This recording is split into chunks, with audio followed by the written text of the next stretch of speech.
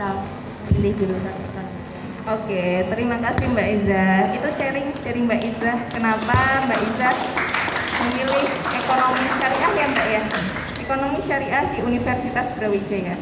Baik, pertanyaan yang sama juga saya ajukan untuk Mbak Anja. Kenapa dulu Mbak Anja tertarik untuk memilih LIPIA dari sekian banyak universitas yang mungkin juga bagus? Oke, silakan Mbak. Bismillahirrahmanirrahim. Assalamualaikum warahmatullahi wabarakatuh. Sebelumnya saya mau sedikit bercerita. Mungkin tahu ya, dari angkatan kita ini ada banner yang ditempel di gedung SMA sana, yang tulisan cita-cita kita sekelas itu satu persatu. Di situ saya sempat menulis satu pilihan pertama itu LIPIA dan yang kedua ada di kesehatan. Tuh kalau ada yang sempat melihat. Karena emang saya masih bimbang gitu mau harus ke LIPIA atau ke PTN untuk keinginan saya, emang itu keinginan saya sendiri, dua-duanya keinginan saya. Kemudian di akhir kelas 12 itu kayak tiba-tiba pengen banget gitu ke LIPIA. Nggak tahu alasannya apa, belum nemu alasannya apa. Terus karena saya ini gampang banget ngambil keputusan, jadi langsung aja itu cari soal-soal LIPIA, cari latihan-latihan kayak gitu. Dapat berapa bank soal gitu saya kerjain semua, tapi ya nggak ada yang bisa. Karena emang di sekolah nggak pernah diajarin kayak gitu ya, kurang. Terus saya berguru kepada ustadzah-ustadzah PPL yang pernah di Al-Hikmah. Saya belajar banyak dari mereka. Sampai situ saya belum juga dapat bekal apa-apa. Kan pendaftaran LIPIA itu selalu mendadak, jadi nggak pernah bulan, nggak kayak PTN gitu ya. Kita kan beda, PTN sama LIPIA itu beda banget. Misalnya diumumkan seminggu lagi pendaftaran langsung tes kayak gitu, berkasnya langsung dibawa semua, kan juga semuanya serba mendadak. Nah waktu itu ceritanya mendekati UN, waktu masih ada kabar-kabar UN, jadi saya fokus di pelajaran UN, pelajaran IPA, dan emang harus fokus di situ ya karena ada pemadatan dan lain-lain. Itu kayak nggak ada waktu buat mempelajari soal-soal LIPIA itu lagi, jadi itu sempat terlena beberapa bulan.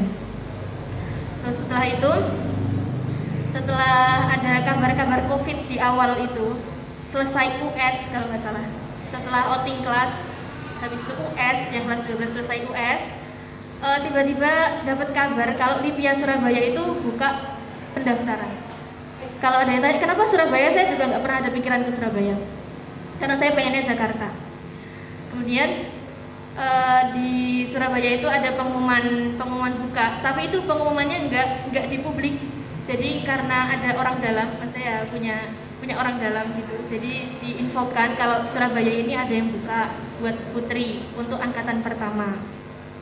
Terus setelah itu ya itu tadi ya, karena gampang ngambil keputusan, jadinya saya langsung izin pulang, nggak tahu syaratnya itu ada ijazah SMA, sedangkan waktu itu belum UN, belum ujian apa-apa, jadi ya nggak ada.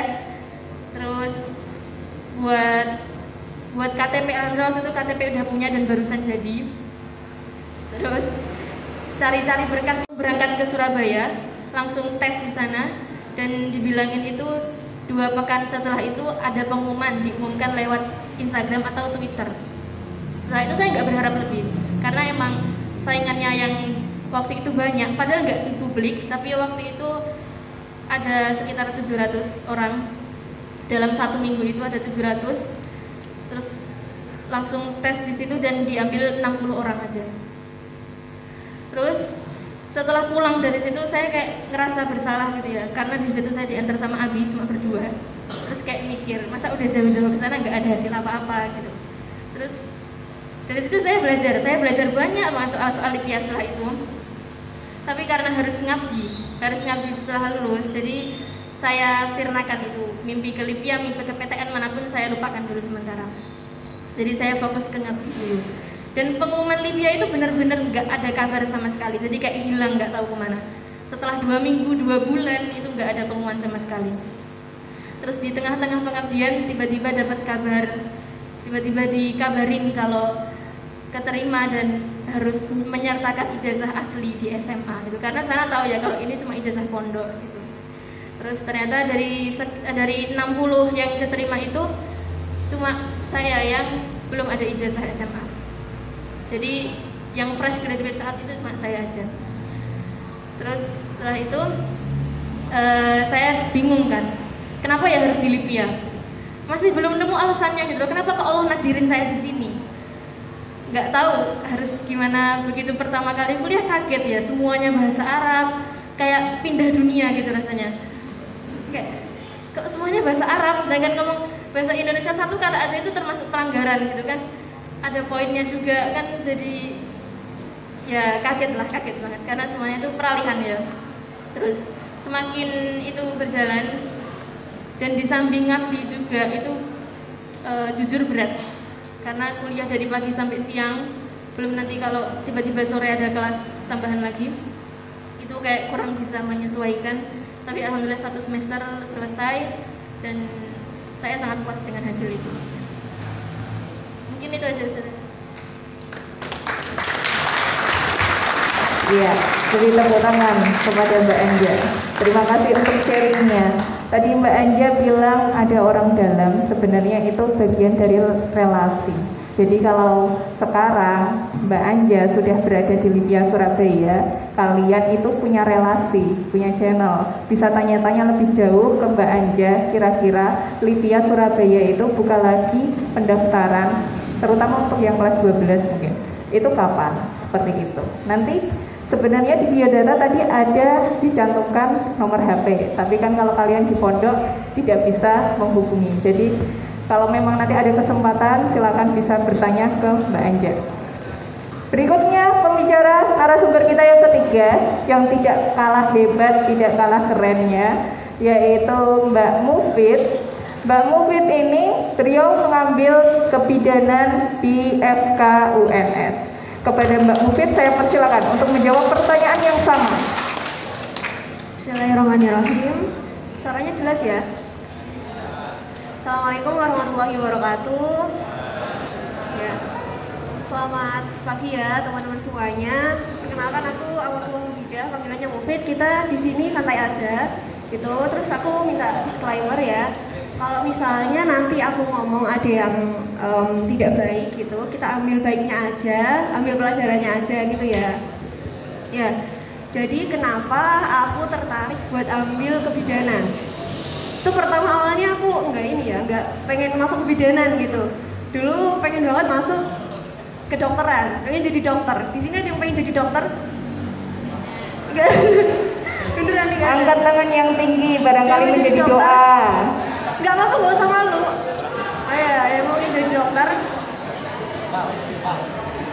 Iya, diturun, udah. Ya dek, jadi dokter tuh seleksi masuknya mesti udah banyak denger ya, itu susah luar biasa di PTN itu, dan aku termasuk salah satu yang gugur di situ gitu kan. Jadi dulu tuh pengen banget jadi dokter karena di sini ada yang Dewan Ambalan nggak? Oh udah gak ada, masih ada ya. Jadi di Dewan Ambalan kan dulu ada Saka Bakti Husada ya, yang bantuin puskesmas kayak gitu kan. Itu kan kerja sama puskesmas, kita hampir 2 minggu sekali kayaknya tuh pertemuan gitu. Jadi kayak monitoring kesehatan yang ada di SMA sekitar Karanggede, terus jadi kayak tim kesehatan kalau upacara bendera kayak gitu. Jadi kan itu kayak aku terjun di dunia yang berbau dengan kesehatan gitu. Kalau teman-teman di sini ini Izzah ini linjur, dulu anak IPA, dia masuk Zoom luar biasa. Anja juga gitu kan, dulu anak IPA terus tiba-tiba masuk Libya yang semuanya bahasa Arab, kan keren semua ya gitu kan ya. Beda banget, maksudnya kalau aku kan emang anak IPA gitu, maksudnya dulu kan jurusannya IPA gitu ya, jurusannya IPA, terus ya karena suka biologi dan juga ketertarikan di kesehatan tadi gitu. Jadi kita kalau nentuin pilihan kuliah itu jangan cuman yang kita suka, tapi yang kita bisa juga. Kalau kamu suka terus di tengah jalan nanti ternyata ada kesulitan kayak gitu, itu bisa membuat kamu merasa, wah aku salah jurusan. Akhirnya nanti pusing terus mau pindah kayak gitu. Nah, jadi pertama kalau misalnya cari tahu jurusan apa yang pengen kamu cari, kenapa milih ini, adalah kamu cari tahu apa yang kamu suka. aku suka IPA, oke, berarti aku pelajari materi-materi IPA, terus nanti UTBK gitu. Terus kalau pengen linjur juga nggak apa-apa, sekarang disiapin gitu, disiapin materi-materi IPS, terus nanti bisa ikut UTBK yang sosum. Tapi sekarang udah ada kelas IPS ya Ustazah? Kelas IPS untuk kelas 10 sama kelas 11. Iya. Yang 12 ini belum. Iya, gitu. Jadi cari tahu apa yang kamu suka, kemudian sesuaikan dengan bakat kamu kayak gitu. Jangan lupa juga restu dari orang tua. Orang tua itu harus tahu apa keinginan kamu supaya nanti di tengah jalan misalnya udah keterima, jangan sampai tiba-tiba orang tua kamu nggak boleh di situ gitu. Jadi harus dikomunikasikan ke orang tua. Terus apa lagi? Kalau di dunia kesehatan sendiri itu ketertarikan aku di situ karena melihat ya, setelah masuk ke kebidanan ini jadi tahu gitu. Jadi ternyata di Indonesia itu angka kematian ibu dan bayi itu termasuk yang tinggi di Asia Tenggara gitu. Jadi kayak ya ibu dan anak di daerah pedalaman gitu ya, mungkin kalau mungkin teman-teman sekarang hidupnya di kota, di Jawa, yang ada di Sulawesi kayak gitu tuh ternyata tuh masih banyak gitu yang meninggal di tengah jalan. Atau ada yang pernah nonton di TikTok gitu, ibu-ibu lahiran di atas kapal, dia pernah lihat? Oh ya, nanti kalau pulang liburan lihat coba ya. Jadi beneran saking parahnya itu kurang akses tuh tadi lah.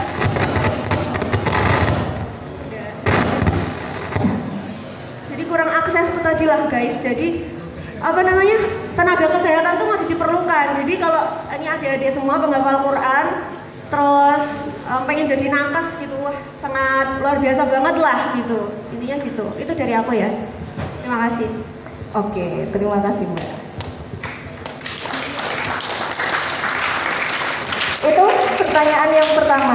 Berikutnya terkait sih sebenarnya. Kalau yang pertama tadi bertanya kenapa memilih di situ dari sekian banyak pilihan, karena memang di Indonesia sendiri kan jurusan universitas itu ada sangat banyak.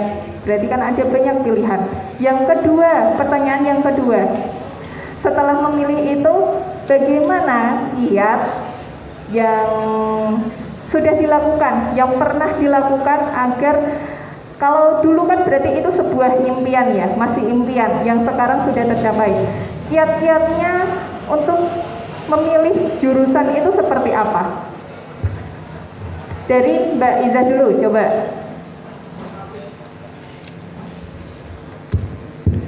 Cek. Tadi kan mungkin tadi kan mungkin teman-teman udah pada cerita ya bagaimana mereka milih jurusan. Nah, sebenarnya tadi saya udah sempat spill ya kalau dulu tuh saya pengen masuk di FEB UI sama bisnis Islam atau ekonomi Islam gitu ya. Nah, kan tapi pada hari H LTMPT itu buka pendaftaran, maksudnya masuk ke jurusan itu, habis saya bilang udah nggak usah kuliah jauh-jauh gitu ya, di UNS aja gitu. Awalnya bisa nyuruh saya di UNS. Nah, setelah itu akhirnya setelah 5 hari kemudian Allah menggerakkan saya buat milih UB gitu ya. Nah, dari situ doa saya itu berubah teman-teman gitu. Ini salah satu kiat ya. Jadi waktu saya pengen di UI masih SMA, doa saya gini, ya Allah, Iza pengen banget masuk di Universitas Indonesia, Fakultas Ekonomi dan Bisnis, Universitas Indonesia gitu ya, jurusan bisnis Islam atau ekonomi Islam gitu. Serinci itu gitu doa saya, saking saya tuh pengen banget masuk UI gitu.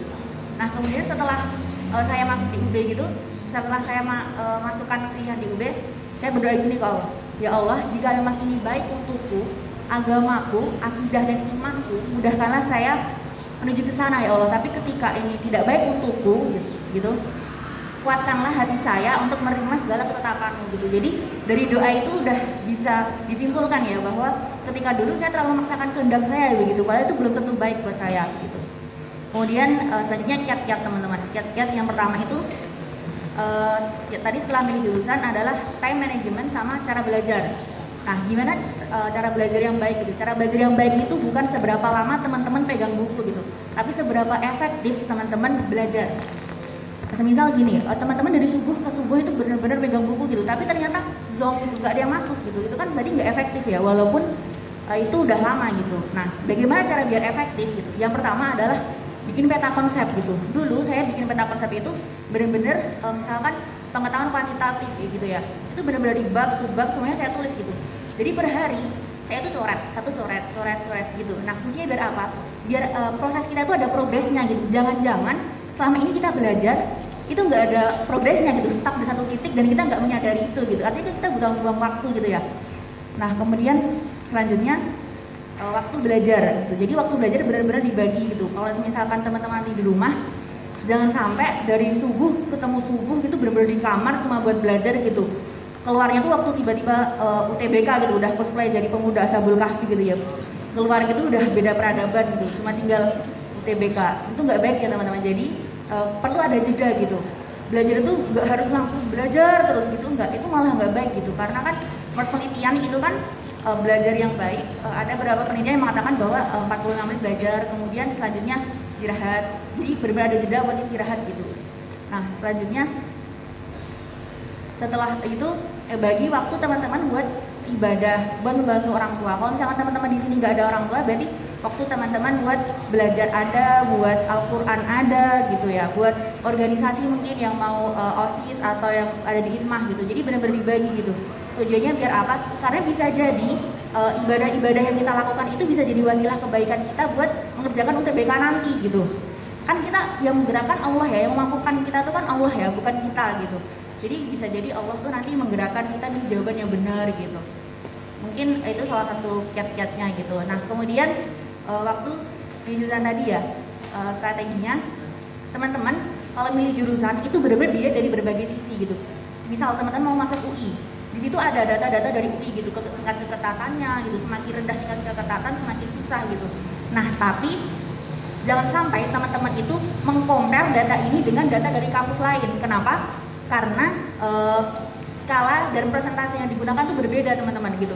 Misalkan di UB semakin tinggi itu semakin susah, di UI semakin rendah tingkat keketatan semakin susah gitu. Jadi kalau mengkompar data itu benar-benar jangan dari data kampus gitu. Karena kecuali kalau teman-teman mau masuk di kampus yang sama jurusannya yang beda gitu.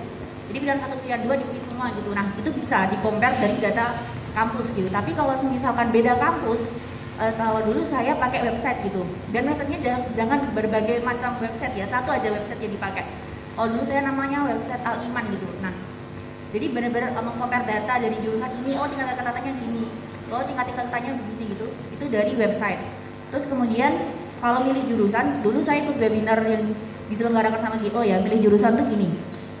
Pilihan pertama itu harus lebih tinggi tingkat keketaatan dari kedua. Artinya jangan yang kedua itu lebih tinggi gitu. Artinya gini, semisal karena kalau kata pembicaranya ya, jadi data kita di LTMPT itu data pertama diproses.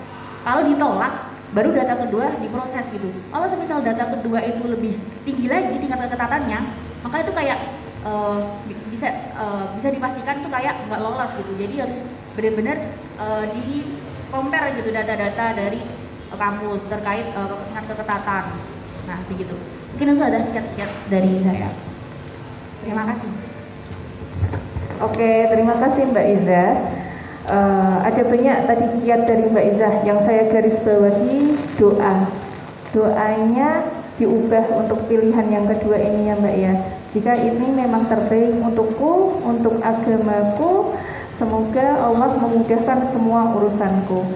Itu bisa menjadi catatan buat semuanya, baik yang kelas 10, kelas 11, atau kelas 12. Untuk segala urusan, doa itu tidak bisa memaksa. Allah yang lebih tahu apa yang terbaik untuk kita. Jadi kalau misalnya dulu milih IPS tapi ternyata masuknya di MIPA, berarti Allah lebih tahu kalau kalian lebih baik di MIPA. Gitu ya. Oke, selanjutnya pertanyaan yang sama juga saya ajukan ke Mbak Anja. Silakan Mbak Anja.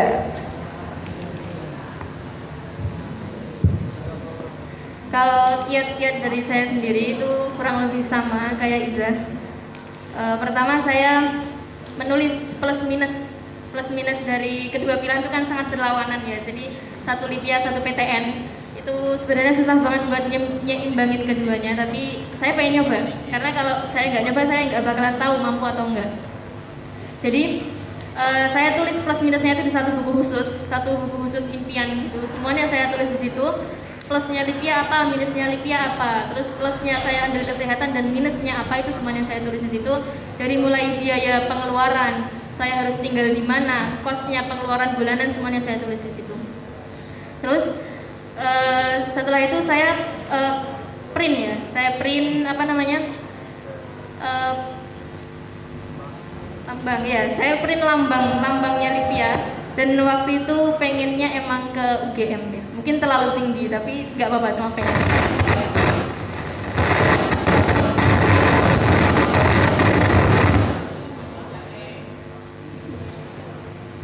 Kemudian setelah saya print itu, saya tempel lambangnya itu di lemari saya. Jadi yang pernah sekamar sama saya mungkin di depan lemari itu tertempel jelas lambang Lipia pertama, karena emang pilihan pertama saya ada di Lipia. Terus saya minta itu semua samping lemari-lemari saya, kalau membuka lemari tolong salawatin ini juga buat saya. Saya minta tolong semua orang yang ke situ tolong salawatin ini buat saya. Terus seiring berjalannya waktu ya,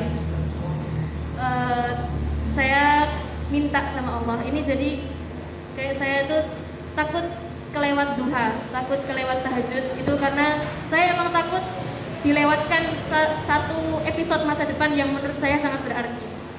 Jadi menurut saya itu tahajud duha itu emang apa namanya perisai buat kita ya. Itu gak tahu kan kita kedepannya nanti bakal jadi apa, gak tahu doa-doa mana yang terkabulkan, entah doa orang yang lain yang lebih kuat atau doa kita sendiri, kita juga gak tahu. Bahkan saya juga gak tahu keterima di Lipia ini atas kekuatan doa siapa, saya juga gak tahu.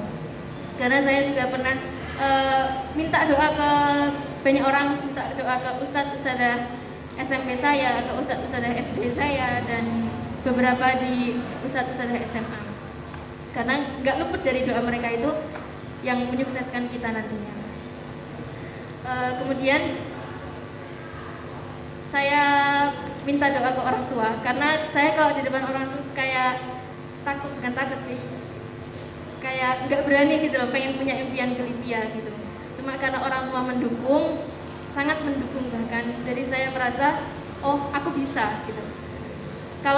Kalau misalnya mereka yang doain, mereka yang nguatin, kenapa aku nggak bisa gitu? Aku cuma jalanin, mereka yang doa, aku juga doa gitu. Saya mikirnya kayak gitu. Terus ya sepertinya mungkin itu aja sudah kiat-kiat dari saya. Baik, terima kasih Mbak Anja. Tadi yang Mbak Anja sampaikan, Mbak Anja secara pribadi mengeprint lambang Lipia ya Mbak ya, terus ditempel. Nah, tapi yang saya ingat sekali, angkatannya Mbak Anja, angkatan 3 pembicara ini, itu bukan hanya menempel secara individu, tapi memang satu angkatan itu membuat apa Mbak itu kemarin? Satu kelas ya? Iya. Oh iya, kalau angkatan sama yang putra ya. Yang putri terutama itu menempel, membuat apa itu namanya? MMT. Jadi sengaja mencetak, kemudian berani menempelkan di tempat terbuka agar orang-orang yang lewat itu bisa membaca, barangkali juga setelah membaca mengaminkan doa-doa dari sebagian banyak anak kelas anak putri yang angkatannya mereka bertiga begitu. Itu bisa kalian contoh juga, tapi kalau memang yang mau sederhana ya seperti yang tadi Mbak Anja bilang, silakan masing-masing menempel di tempat yang mungkin banyak orang lewat, jadi tidak perlu malu untuk menempelkan impian. Itu yang pertama. Yang kedua yang perlu digarisbawahi, doa.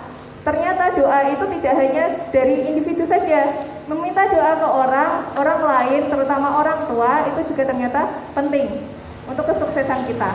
Kembali lagi, setelah usaha, setelah doa, Allah yang tahu rencana terbaik. Gitu ya. Yang ketiga, pembicara kita yang ketiga, pertanyaan yang sama. Silakan bisa dijawab Mbak Mufid. Bagaimana kiatnya? Kalau Mbak Mufid mungkin berbeda kiatnya. Bismillah, kalau saya sendiri ya, tadi sebenarnya kurang lebih sudah dijelasin sama Iza. Karena kebetulan alhamdulillah saya juga les di GO gitu kan, tapi online gitu ya. Karena tadi ya pengen masuk kedokteran itu kan rasanya tuh kayak belajar sendiri rasanya kayak kurang gitu. Jadi kayak kalau saya pribadi harus punya pemantik untuk akhirnya belajar gitu, karena kalau individu sendiri akhirnya juga sulit gitu. Dan tips-tipsnya kurang lebih sama kayak Iza gitu. Tambahan dari saya adalah jangan capek-capek untuk mencari informasi. Kalau saya sendiri ya, sebenarnya saya adalah masuknya lewat jalur mandiri ya, jadi udah melewati beberapa tahap tes dari SNM sampai SBM dan beberapa mandiri perguruan tinggi yang lain gitu. Itu tidak diterima gitu. Jadi ya, emang merasa aku ini underestimate banget gitu. Aku kok nggak bisa ngapa-ngapain ya. Aku ditolak di mana-mana gitu kan. Itu akhirnya jadi sebenarnya aku juga nggak mau di prodi ini gitu. Maksudnya nggak mau ngambil ujian yang ini. Sudah memutuskan di perguruan tinggi swasta seperti itu, tapi oleh UMI dipaksa untuk kamu harus daftar ini gitu kan. Akhirnya saya ya dengan kondisi yang terpaksa tadi akhirnya daftar gitu. Jadi itu kondisinya terpaksa, benar-benar terpaksa untuk masuk ngambil itu karena tadi pesan dari UMI gitu. Ya, dan menurut saya yang saya garis bawahi tadi selain mencari informasi adalah dengarkan kedua orang tua kalian gitu. Apabila kalian masih ada orang tua di situ, karena bisa jadi pesan-pesan yang Allah titipin itu tadi itu disampaikan kepada orang tua dan orang tua sampaikan ke kita gitu. Terus kalau misalnya masalah mencari informasi tadi, karena aku kan lewat jalur mandiri ya, jalur mandiri itu kan banyak, terus syarat-syaratnya setiap kampus itu juga berbeda gitu. Nah di UNS ini kebetulan tadi yang kayak disebutin Ustaz Joko, kita bisa cantumin sertifikat tahfidz ya, jadi aku pakai sertifikat tahfidz di UNS untuk bisa menunjang poin plus di situ. Dan aku pakai nilai UTBK aku kalau misalnya tak lihat itu sebenarnya nggak lolos di nilai itu, di prodi itu nggak lolos gitu loh, nggak nyampe.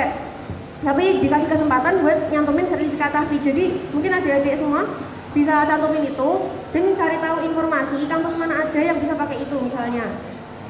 Terus juga selain itu kalau mungkin sekarang masih ada kesempatan untuk ikut lomba, jangan lupa untuk ikut lomba karena itu bisa jadi poin plus, apalagi yang tingkat provinsi maupun nasional kayak gitu.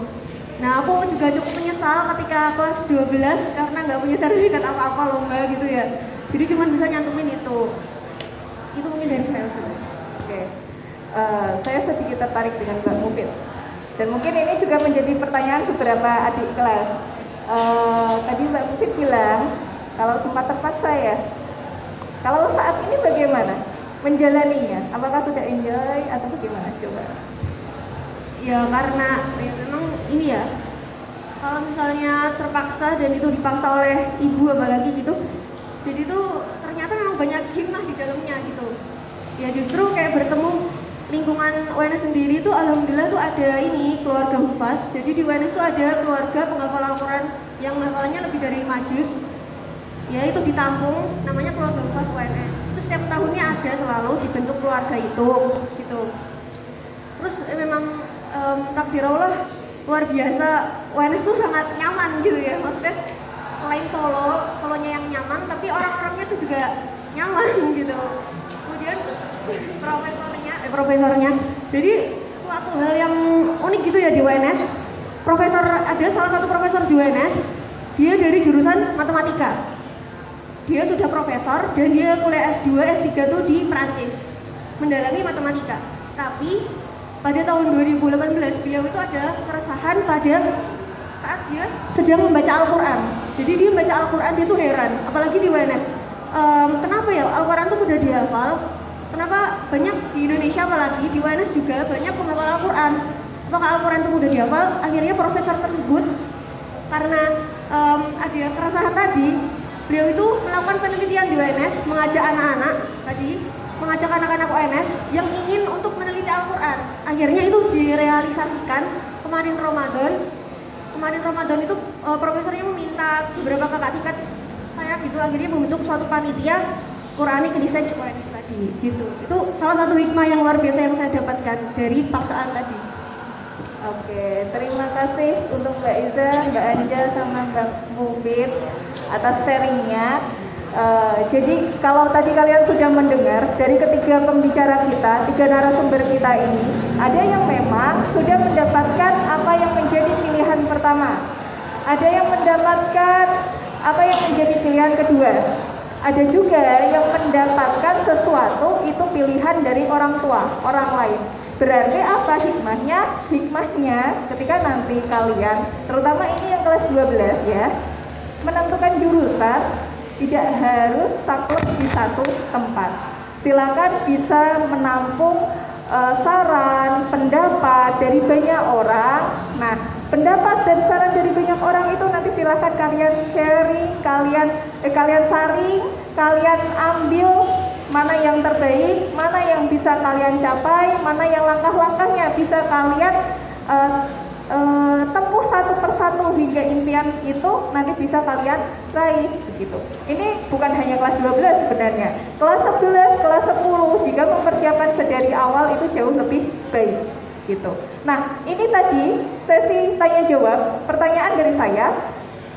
Karena itu sekarang coba barangkali dari kalian ada yang ingin bertanya, saya persilakan. Karena dari tadi sudah mendengarkan pemaparan dan tanya jawab antara saya dengan pemateri. Yuk, silakan. Yang Putra, ada yang mau bertanya?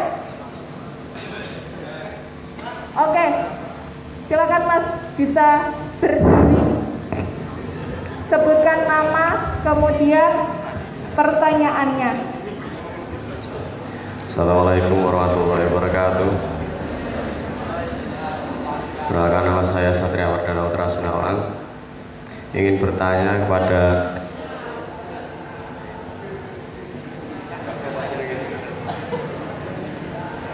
dari Mbak Iza.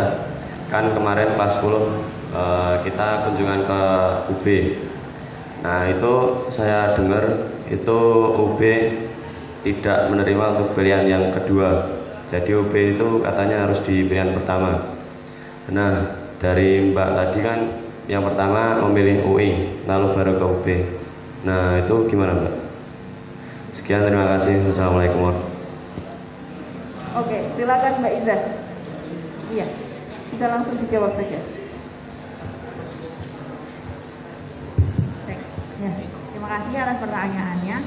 Sebelumnya terkait UB itu tadi ya, jadi memang sepaham saya UB memang minta diprioritaskan untuk pilihan pertama itu untuk SNMPTN gitu. Dan sebenarnya kampus-kampus lain pun sama gitu, untuk SNMPTN memang mereka memprioritaskan untuk yang di pilihan pertama gitu.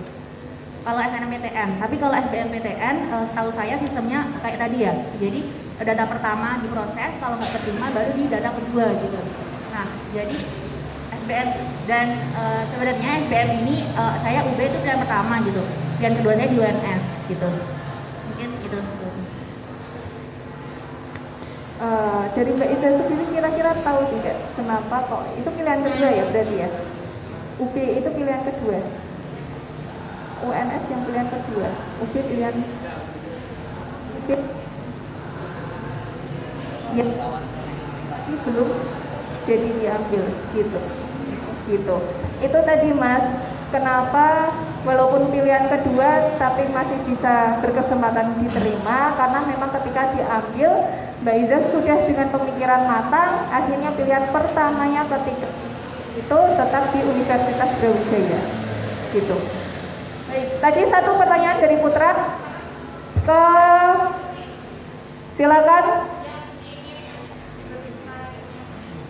silakan yang ingin bertanya bisa mengacungkan tangan kemudian menyampaikan pertanyaannya.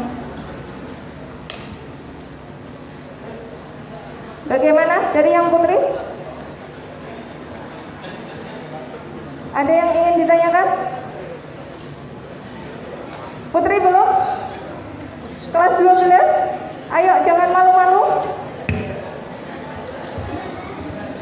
Oke, yuk Mbak Aileen dari pojok.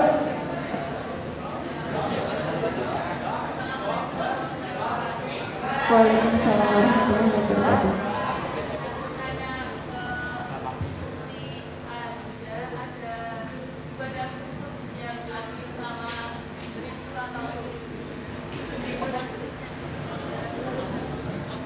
Oh. Amalan khusus. Oke, terima kasih Mbak Ailin untuk pertanyaannya. Pertanyaan dari Mbak Ailin itu, apakah dari Mbak Anja ada memang dilakukan ibadah khusus atau amalan khusus sehingga itu pilihan pertama tapi bisa tercapai? Silakan Mbak, bisa dijawab. Kalau untuk ibadah khusus nggak ada, karena saya nggak ritual apapun juga. Nggak, saya mikirnya saya sekarang itu mungkin karena kekuatan doa-doa orang luar, bukan dari saya sendiri.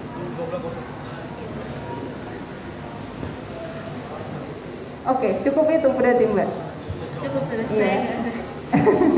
Iya, kalau amalan-amalan khusus mungkin terdengarnya gimana ya? Malah nanti jatuhnya ke syirik ya Mbak ya, kalau dilakukan ya.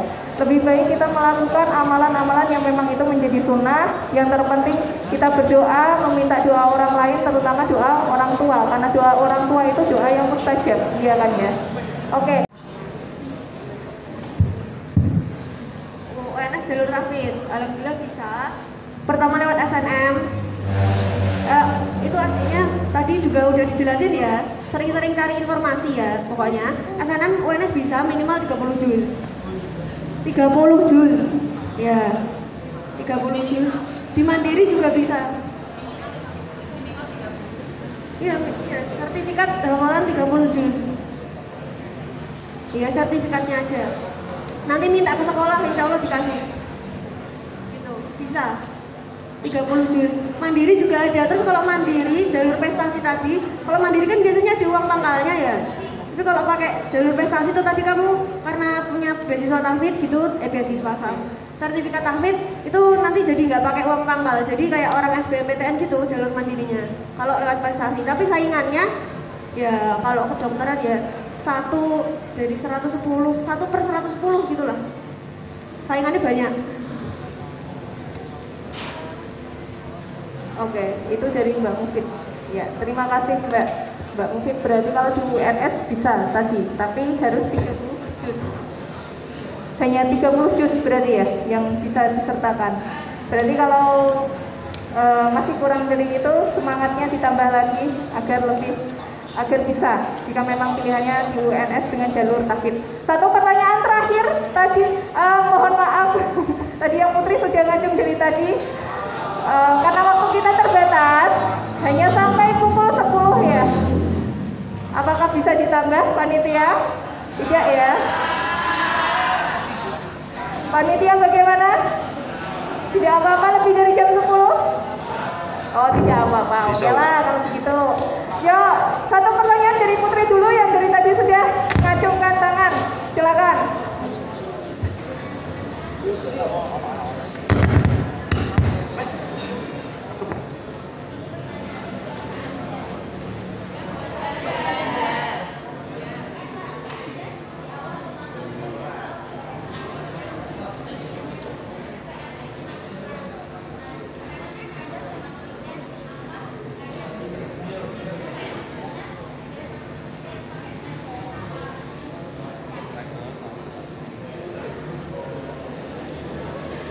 Selain bahasa, apa saja yang perlu dipersiapkan? Oke, silakan Mbak Anja.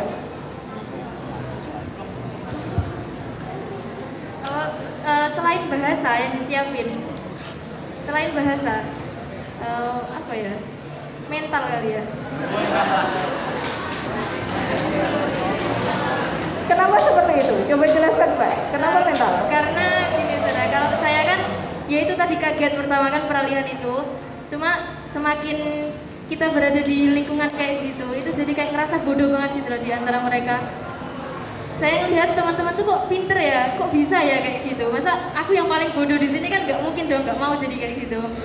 Terus dari situ ya belajar bahasa yang kalau di bahasa itu lebih ke pembiasaan aja. Jadi jangan ngafal doang, tapi juga diucapin. Makanya kenapa ada jam bahasa dan lain-lain. Yang ingin mendaftar Likia dipersiapkan dengan baik, berarti lebih utama mana? Mental atau bahasa? Mental kan harus. Oh, malah mental. Kalau dulu. mentalnya udah dapet kan jadi belajarnya enak. Oh gitu, iya. Kalau mentalnya sudah dapat pasti belajarnya enjoy. Tapi kalau merasa minder, belajar itu malah susah masuk ya kayaknya ya. Iya. Begitu Mbak. Nah, tadi ada yang putra bertanya, silakan satu, angkat tangan.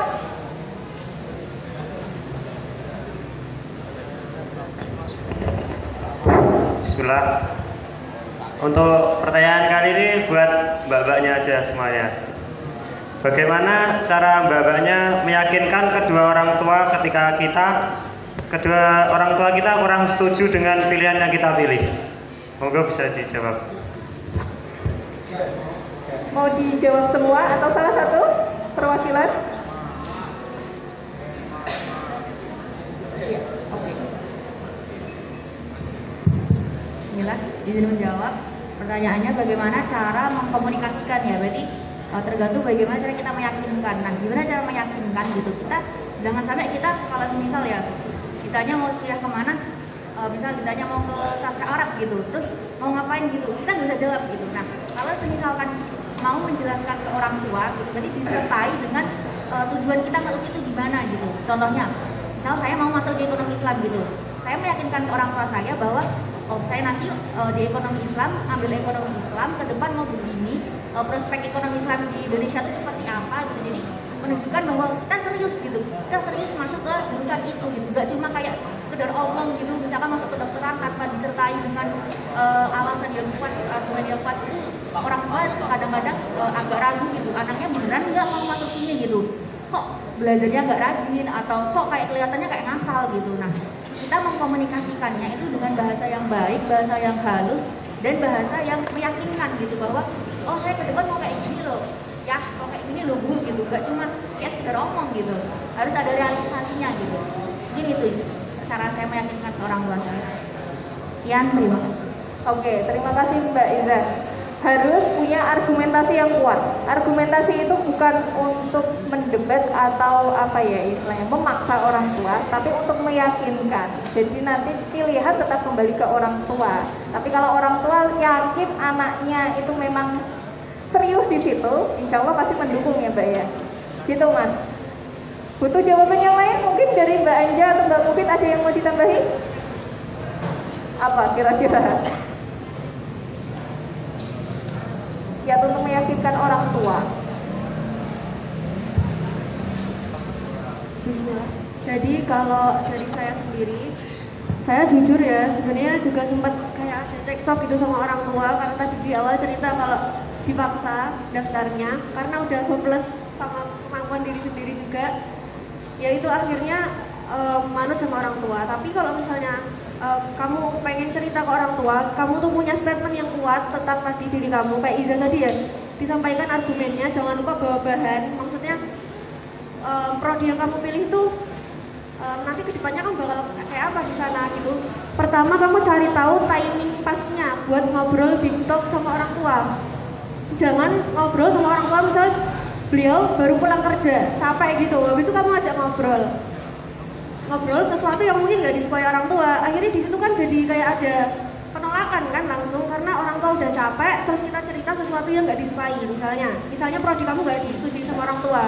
Jadi cari tahu waktunya yang pas, kamu bisa ngobrol sama orang tua misalnya 4 mata kayak gitu, diceritain aja bahwa keinginan kamu seperti itu. Kalau misalnya belum diizinin, intinya ya kalau aku juga mending ikutin saran dari orang tua, karena insya Allah nanti kedepannya kamu bakal nemuin banyak hikmah di sana gitu. Oke, itu tambahan dari Mbak Mufid. Jadi kalau bisa disimpulkan, meyakinkan orang tua itu memang perlu. Kalau memang kalian yakin itu pilihan kalian, dengan argumentasi yang tepat, dengan apa tadi, membawakan materi yang bisa menunjang argumentasinya tersebut. Tetapi kembali lagi, ketika memang orang tua punya pilihan yang berbeda dan itu tidak bisa didebat, tidak ada salahnya juga kalau kita yang membuka pikiran kita agar mencoba melihat apakah pilihan orang tua itu memang terbaik untuk kita atau masih ada pilihan yang lain. Gitu ya Mas ya. Begitu. Ini sudah tidak ada pertanyaan lagi? Oke, kalau sudah tidak ada pertanyaan lagi, berarti untuk acara talk show hari ini sudah selesai sampai di sini. Barangkali nanti kalau khususnya yang putri kan masih bisa bisa ketemu di belakang ya Mbak ya. Nanti kalau misalnya memang malu bertanya di sini di forum, ada kesempatan bertemu, silakan bisa bertanya. Yang penting tidak mengganggu aktivitas dari ketiga narasumber kita yang lainnya, karena yang namanya mahasiswa itu juga sudah sibuk dengan tugas-tugas kuliah, tugas-tugas organisasi. Oke, gitu Mbak. Sebagai penutup, saya mohon untuk masing-masing narasumber bisa menyebutkan closing statement atau mungkin apa ya, motivasi, sesuatu yang bisa memotivasi ke adik-adik kelasnya. Silakan dari Mbak Izah dulu mungkin.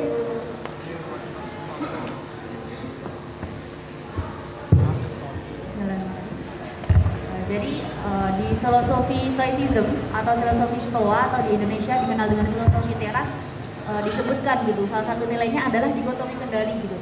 Jadi apa yang bisa dikendalikan oleh manusia dan apa yang tidak bisa dikendalikan oleh manusia gitu. Dan sejatinya yang bisa dikendalikan oleh manusia itu hanya pikiran dan tindakan kita gitu. Ketika misalkan kita juga di kedokteran gitu, kita jangan berpikir gagal atau berhasilnya gitu. Tanyakan dulu usaha kalian seperti apa gitu buat bisa masuk ke kedokteran.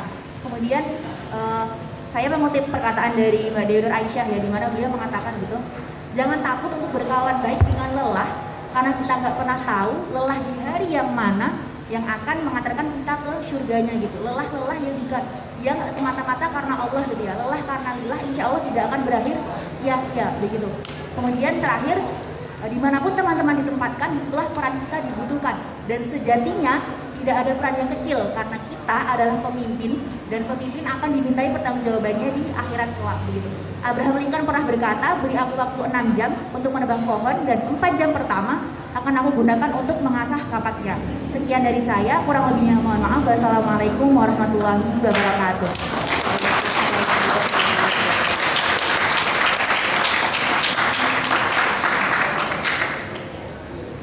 Silakan saja.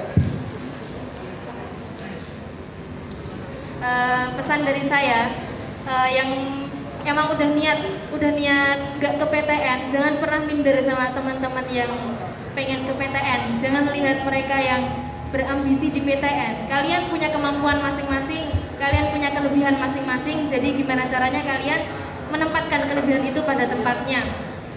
Terus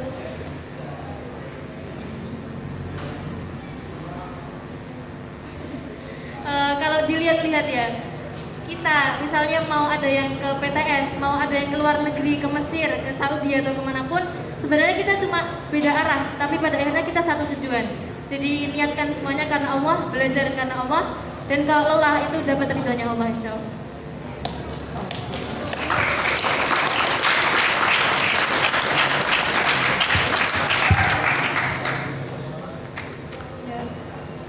Bismillah. Kalau aku lihat-lihat di sini wajah adik-adiknya tuh, jujur ya, aku kembali ke pesantren di sini tuh kayak luar biasa kalian.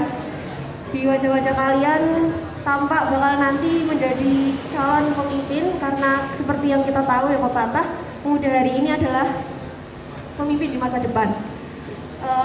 Kita harapkan gitu adik-adik semuanya di sini yang sekarang lagi mondok gitu, semangat walaupun kayak kata semangat tuh kayak udah klise di telinga kalian, kayak udah ya mungkin yang akselerasi gitu, semangat tahfidnya, yang anak IPA juga semangat, yang anak IPS juga semangat. Kalian semua unggul, kalian semua punya kemampuan kalian masing-masing, jangan pernah minder dengan kemampuan kalian, dan kami tunggu kontribusi kalian, kami tunggu kedatangan kalian di nanti kampus terbaik versi kalian masing-masing.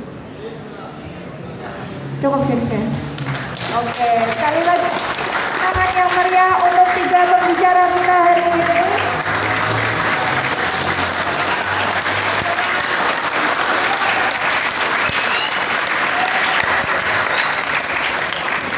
Ya, alhamdulillah rangkaian talk show pada hari ini sudah selesai. Semoga apa yang tadi kita diskusikan bersama itu bisa memberi manfaat kepada kalian, bisa menambah motivasi, bisa menambah semangat untuk belajar, untuk menentukan masa depan kalian. Saya yakin di sini berdiri 3 alumni yang sekarang sudah masuk di perguruan tingginya masing-masing. Kalian pada waktunya nanti nanti pasti juga bisa. Saya yakin pasti juga bisa sesuai dengan apa yang kalian impikan. Hanya saja yang namanya impian itu pasti ada usaha agar impian itu dapat terrealisasi. Jadi kalau impian hanya ada ketika kalian tidur, itu namanya mimpi. Mimpi tidak mungkin bisa terwujud. Tapi kalau impian itu kalian realisasikan dalam bentuk usaha nyata, insya Allah jika memang berkenan, itu pasti akan tercapai. Gitu ya. Baik, sekali lagi saya ucapkan terima kasih kepada Mbak Izzah, Mbak Anja, dan Mbak Mufid atas waktunya, atas kesediaannya. Saya yakin menjadi mahasiswa itu banyak tugas, banyak kegiatan, tapi di sela-sela kesibukan ini beliau bertiga bisa hadir di sini menyempatkan waktunya untuk menyapa adik-adik kelasnya. Semoga itu semua bisa menjadi amal kebaikan yang nantinya kembali ke masing-masing diri dari Mbak Izzah, Mbak Anja, dan Mbak Mufid. Gitu ya Mbak ya. Terima kasih sekali lagi. Dan terima kasih juga kepada anak-anakku kelas 10, kelas 11, serta kelas 12 yang telah antusias sekali. Sampai tadi mau saya tutup ternyata masih ada yang mau bertanya. Terima kasih atas perhatian dan antusiasmenya.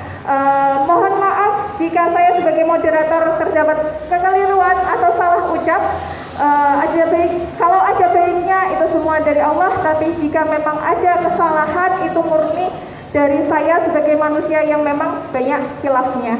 Saya akhiri dan nanti akan saya kembalikan lagi ke pembawa acara. Wassalamualaikum warahmatullahi wabarakatuh.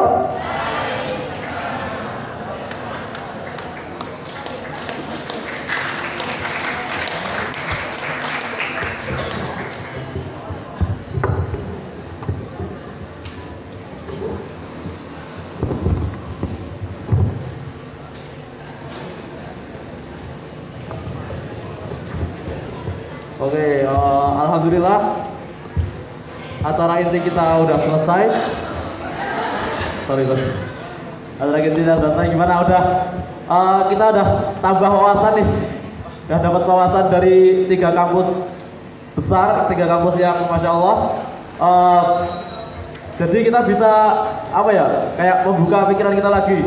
Yang misalnya kita awalnya nggak tahu mau kemana, kita masih bingung ngambil jurusan apa, tadi udah dikasih apa ya, clue, apa kayak saran, sehingga kita harusnya bisa mengambil keputusan untuk lebih baik lagi. Dan ketika kita punya mimpi yang besar, maka jangan sampai kita itu kayak minder atau jadi nggak percaya diri hanya karena omongan orang lain.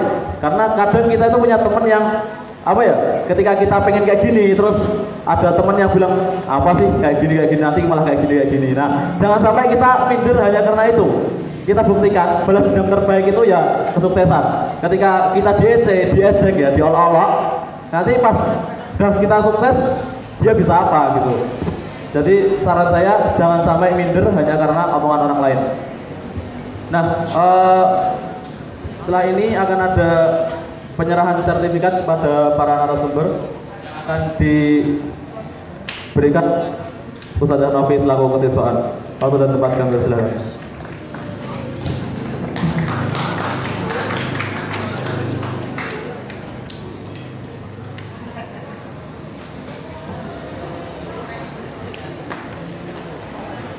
Engkau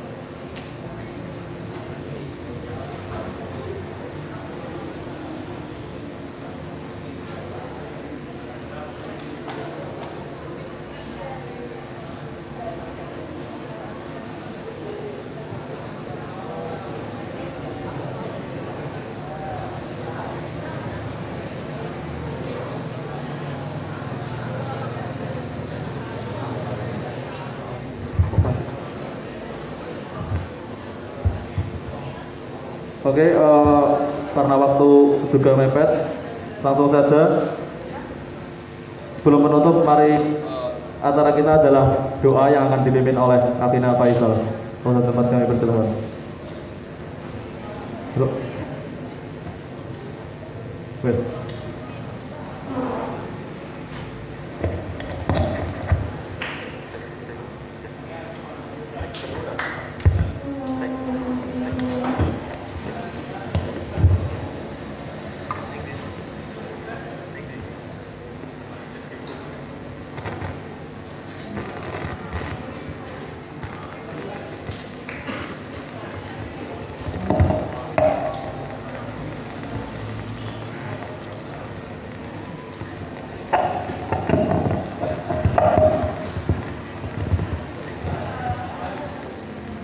Bismillah, Assalamualaikum warahmatullahi wabarakatuh. Sejenak kita tenangkan hati kita laksanakan adab-adab kita dalam berdoa. Dan yang terakhir, tidak perlu antum tirukan, cukup antum aminkan.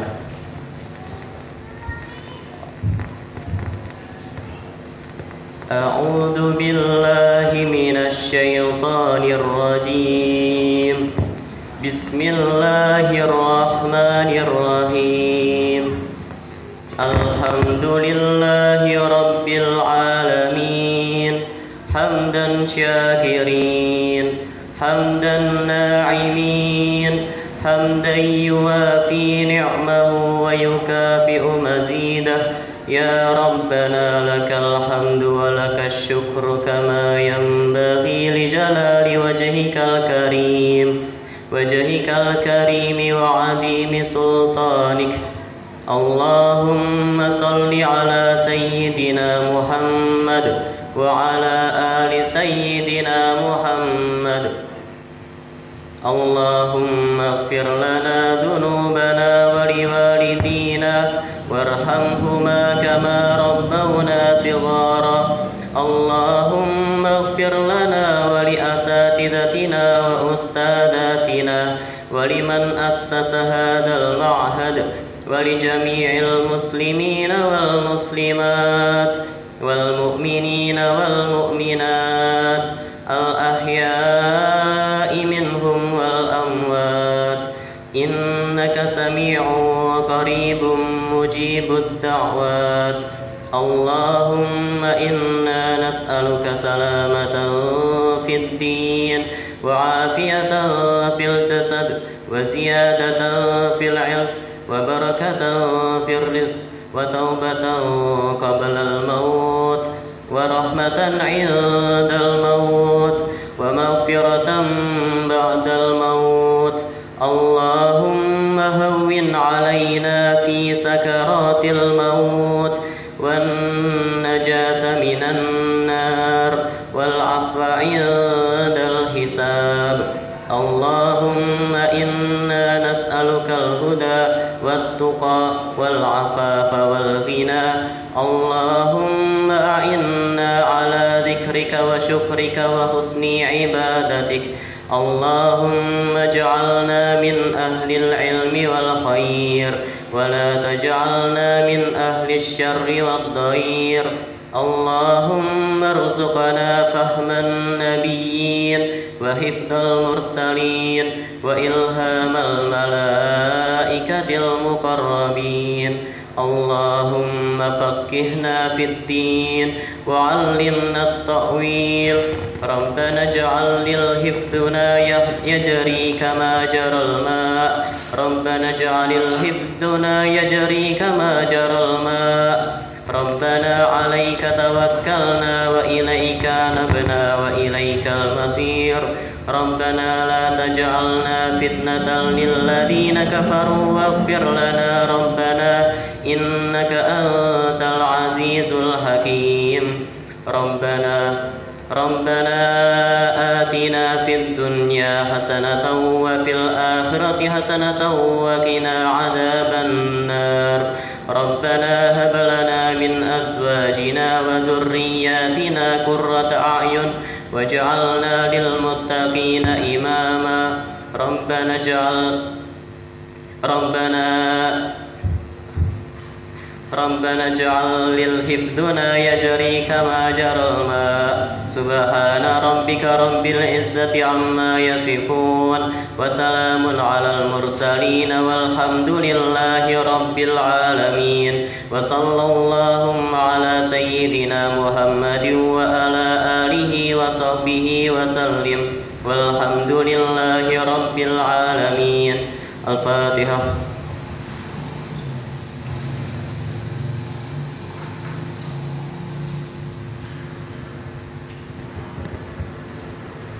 Syukran. Wassalamualaikum warahmatullahi wabarakatuh.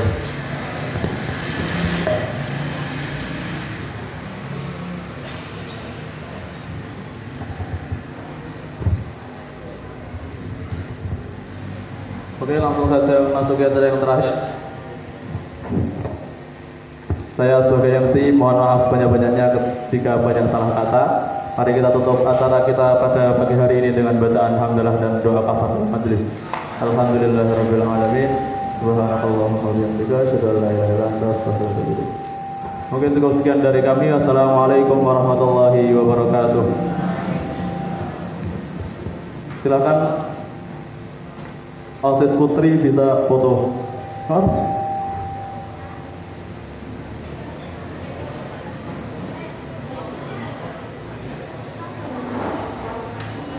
Alsis Putri bisa naik ke atas foto sama narasumber.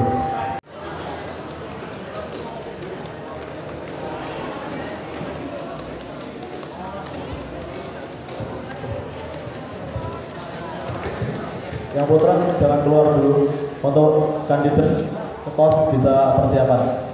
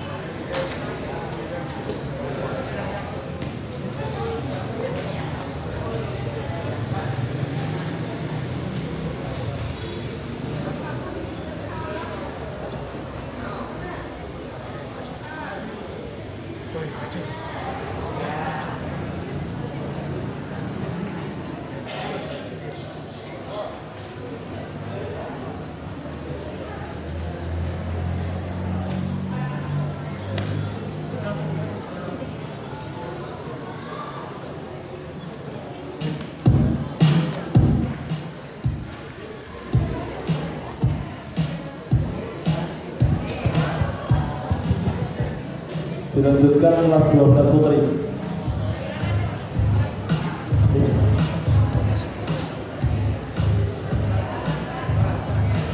Ayo segera.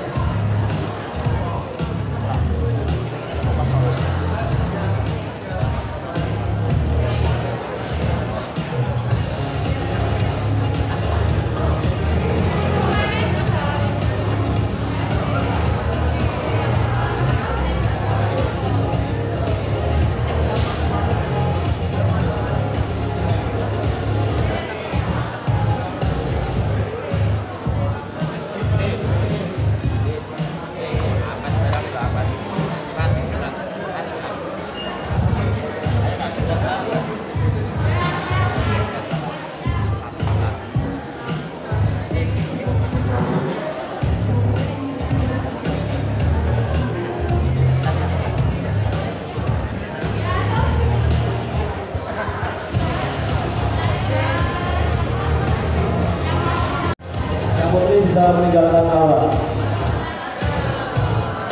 Alsis Putri.